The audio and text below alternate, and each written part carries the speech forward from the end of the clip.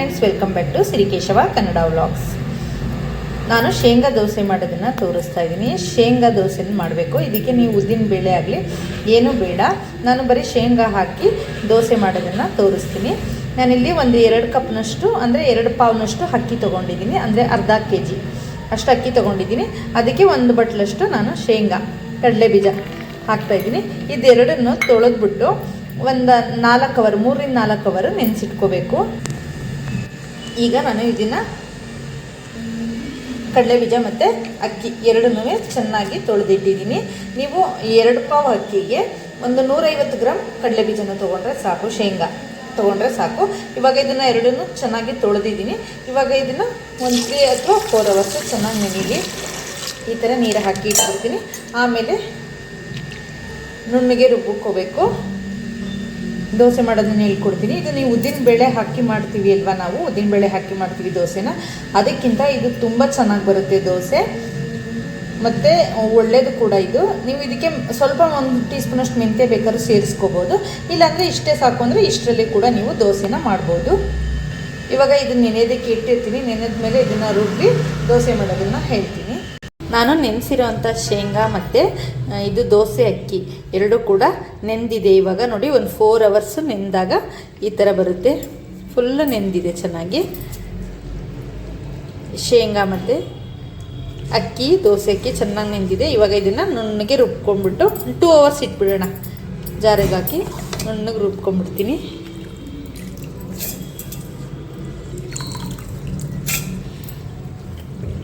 ಅಕ್ಕಿನ ಮತ್ತು ಈ ಶೇಂಗಾ ಬೀಜನ ಚೆನ್ನಾಗಿ ತೊಳ್ಕೊಂಡಿದ್ದೀನಿ. ತೊಳೆದು ಒಂದು 4 ಅವರ್ಸು ಚೆನ್ನಾಗಿ ನೆಂದಿದೆ. ಇವಾಗ ಇದನ್ನು ನುಣ್ಣಗೆ ರುಬ್ಬಿಟ್ಟು ದೋಸೆ ಹಾಕೋಣ, ಚೆನ್ನಾಗಿ ಬರುತ್ತೆ. ಈಗ ದೋಸೆ ಹಿಟ್ಟು ರೆಡಿಯಾಗಿದೆ. ಈ ಥರ ಮಾಮೂಲಿ ದೋಸೆಗೆ ಯಾವ ಥರ ರುಬ್ಕೋತೀವೋ ನಾವು ಅದೇ ಥರ ರುಬ್ಬಿ ಇಟ್ಟಿದ್ದೀನಿ. ಇವಾಗ ರುಚಿಗೆ ಎಷ್ಟು ಬೇಕಷ್ಟೇ ಇವಾಗಲೇ ಉಪ್ಪು ಹಾಕ್ಬಿಡೋಣ, ಯಾಕೆಂದರೆ ಉಪ್ಪು ಹಾಕಿದ್ರೆ ಬೇಗ ಉಕ್ಕಿ ಬರುತ್ತೆ ಅಂತ, ಅಂದರೆ ದೋಸೆ ಹಿಟ್ಟು ಚೆನ್ನಾಗಿ ಹರಳು ಬರುತ್ತೆ ಅಂತ. ಒಂದು 2 ಅವರ್ಸ್ ಆದಮೇಲೆ ಹಾಕ್ಕೋಬೋದು, ಇಲ್ಲ ನೀವು ನೈಟ್ ರುಬ್ಬಿ ಬೆಳಗ್ಗೆ ಕೂಡ ಹಾಕ್ಕೋಬೋದು. ನಾನು ಇವಾಗ ಹಾಕ್ಬಿಟ್ಟು ತೋರಿಸ್ತೀನಿ. ಒಂದು 2 ಅವರ್ಸ್ ಇಟ್ಟು ಆಮೇಲೆ ಹಾಕ್ಬಿಟ್ಟು ತೋರಿಸ್ತೀನಿ. ದೋಸೆನ ಮುಚ್ಚಿಟ್ಬಿಡೋಣ ಒಂದು 2 ಅವರ್ಸ್. ನೋಡಿ, ಈಗ ದೋಸೆ ಹಿಟ್ಟು ಚೆನ್ನಾಗಿ ಹರಳಿದೆ, ಉಬ್ಬಿದೆ, ಎಷ್ಟು ನೀಟಾಗಿ ಉಬ್ಕೊಂಡಿದೆ ನೋಡಿ.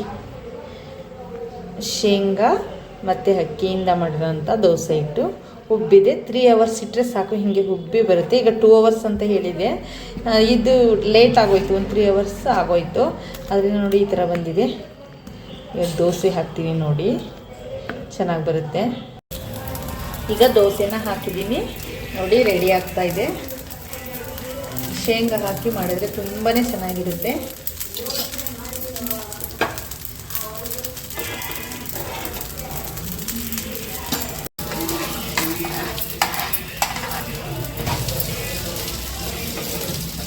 ಉದ್ದಿನ ಬೇಳೆ ಹಾಕಿದಾಗ ಬರುತ್ತಲ್ಲ, ಅದೇ ಥರ ಇನ್ನೂ ಚೆನ್ನಾಗಿ ಬರುತ್ತೆ ದೋಸೆ.